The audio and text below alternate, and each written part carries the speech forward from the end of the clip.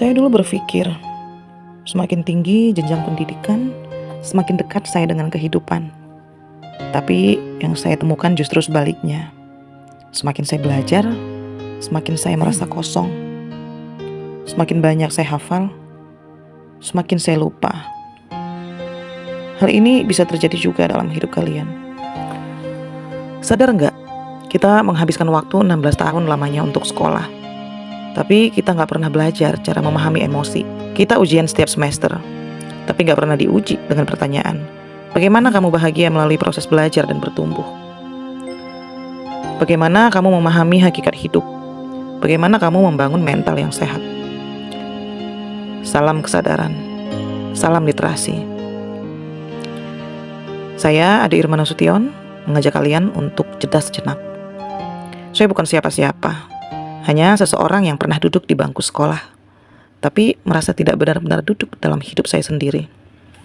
Dan hari ini saya ingin mengajak kamu untuk bertanya ulang, apakah pendidikan kita sedang sakit? Dan kalau iya, siapa yang harus mengobati? What's going on? Apa yang sedang terjadi? Skor PISA tahun 2022 menunjukkan Indonesia berada di peringkat 72 dari 81 negara dalam literasi matematika dan sains. UNESCO melaporkan 70% anak-anak Indonesia usia SD tidak bisa memahami teks bacaan sederhana. BPS tahun 2022 menyatakan hanya 36% sekolah di Indonesia yang memiliki akses internet stabil dan layak. Ini bukan hanya angka, ini adalah cermin. Pendidikan kita sedang tidak berfungsi sebagaimana mestinya. Why now? Kenapa ini menjadi penting sekarang? Pandemi tahun 2020 seperti cermin raksasa yang memperlihatkan borok ketimpangan digital. Anak kota bisa belajar daring, anak desa kadang harus naik pohon cari sinyal. Kurikulum merdeka, meski niatnya bagus, masih jadi jargon di banyak tempat.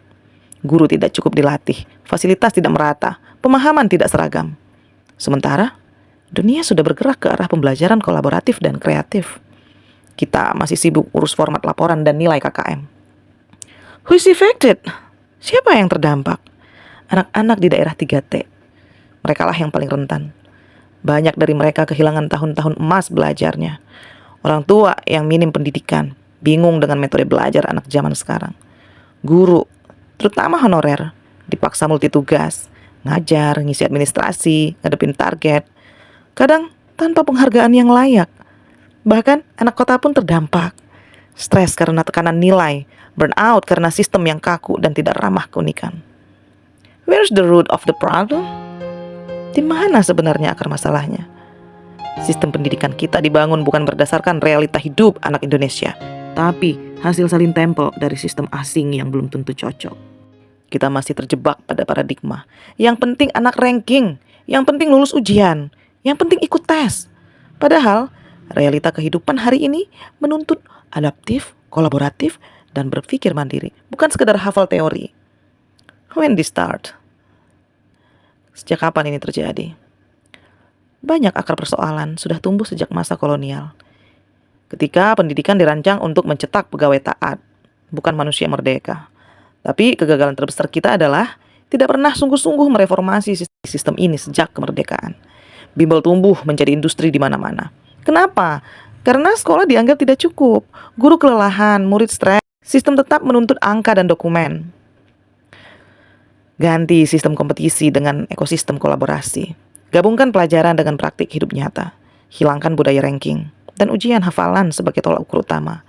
Jadikan sekolah sebagai ruang tumbuh, bukan hanya jalur seleksi.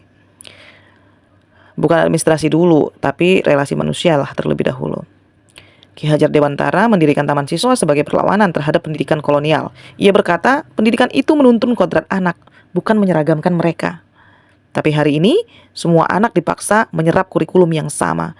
Pendidikan telah kehilangan ruhnya sebagai jalan pembebasan. Dalam Islam, ilmu bukan sekedar hafalan, tapi harus mendekatkan kita pada akhlak dan makna hidup.